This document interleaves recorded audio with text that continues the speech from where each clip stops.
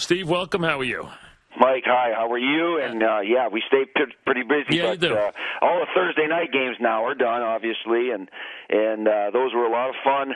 Big one last week, San Diego beats Denver. But, now we're getting close to the playoffs. It's amazing how many teams are still fighting for playoff spots. It's interesting. The AFC's about seeding, except for the sixth. The NFC is much more interesting. I want to backtrack, though. What would you have done? And I watched you debate this with Dion. What would you have done to Dez Bryant? To Dez? Yeah. Would you have benched? Would you have suspended him? Well, I would have fined him to a point where he would know that that's unacceptable, never to do it again, and his teammates would know, and the league would know that that's not acceptable. We've seen it twice now this year. Andre Johnson did that, and Andre Johnson, as you know, has a different track record. He's a guy that's been, never in trouble, and got a little frustrated, and I don't know exactly what happened there. Blew over pretty quickly. But as you know with Dez, he's such a good player, but he's such a volatile kind of guy, and you never, he wears his emotions on his sleeve, and so, he's a guy that you got to corral early. He's still a young guy, and he's got to do things like he's supposed to do all the time, not 90% of the time. So I would have made a statement. There's no doubt. What do you Steve, how do you feel with the Romo stuff as far as, and I was surprised, and I like Jason Garrett. I've known him a long time.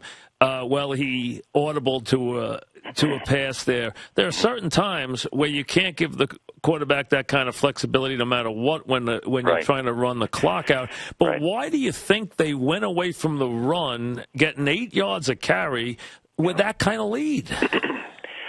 Well, that's what's baffling, I guess. And Mike, what you're referring to is a situation where, here's the trend.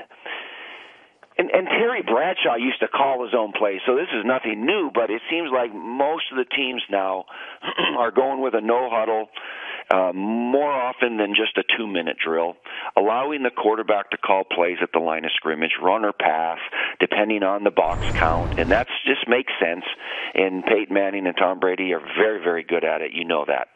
But then we also allow our quarterbacks to audible if there's a bad play. The other thing this is what happened with Tony.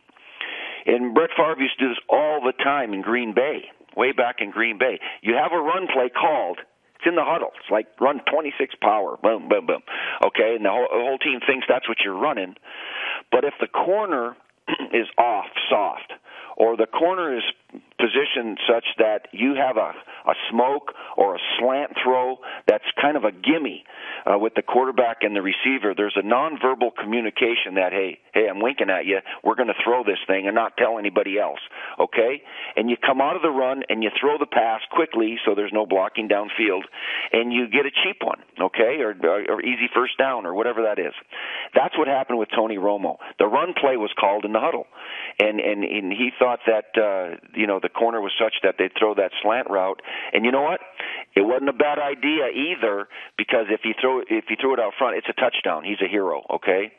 The problem is, in certain situations, the coach has to have the mechanism, Mike, to call the run and say, leave it on. There are no audibles. There's no way you're going to change this play, because I want this short yardage call. I want this call to set up the field goal in the middle of the field. I'm in a 4-minute drill. We need to chew clock or make them take their timeouts. And that's what they were in. 2 minutes and 58 seconds. The run was called. It should have been 96 stretch, run it. That would be the call that we used to have. Absolutely. There's no audibles. Run the play, and if they take their last time out, that's a win for us. Absolutely. And so, even if you make no yards, it's a win because you either tick off 40 seconds or make them use a timeout. And how many times do you see guys run for first downs against 10-man fronts? You can break a tackle. I mean, it's not like you can't. You see it all the time. I mean, so what if they walk an extra guy in the box? It doesn't mean you have to throw the ball when you're trying to run the clock out. It doesn't make any sense. Especially when you're trying to run the clock out. So, when you're with a lead, and of course they were with a big lead at halftime, and even in the fourth quarter with a couple of two-possession lead, that means you usually major and run and chew clock, and that's pretty elementary. And why they got away from DeMarco Murray is a little bit surprising. But that's the Dallas Cowboys. They've been surprising us with things like that. That's why they've been 8-8, 8-8, 7-7. That's why they're an average team. Sometimes they're up, sometimes they're down, and they're very inconsistent that way. And listen, I know Monty Kiffin's getting a lot of grief, and I know people are killing him. They don't have any defensive players. I've never heard of 7-8 of those guys. Well, I mean, let's be honest. We all know Monty Kiffin can coach. He didn't forget how to coach, okay? So the idea that this is all on him, I mean, they got guys on that defensive front I've never heard of. Never heard of, and that's not anybody's fault. They're just banged up. They're injured. And, you're right. You started off the question with Dez, and then you went to Tony Romo. Well, they gave up 34 points in the second half. Which is insane. Yeah, and so they gave a lot really of short fields. fields, Rod too. Marinelli and Monty Kiffin are good football coaches, right. Okay? They've been to the mountaintop. They know how to do this, but they've been so banged up, and they're playing with guys, you're right, we've never heard of. I have to keep checking the flip card in the roster. Who's this guy? Where's he from? And so, that's where they are right now. Is that a personnel issue, or is it just unlucky because of some injuries? Well, I think it's a lot of things with that team, and it has been for a long time. And the other team like that is the Lions. The Lions are too talented to be screwing us up all the time. They have too much talent. Too many bad interceptions, bad penalties. They lead the league in defensive penalties. They lead the league in personal fouls. They turn the ball over. I mean, that team destroys itself. They have a lot of talent. They got to be playing better than they're playing.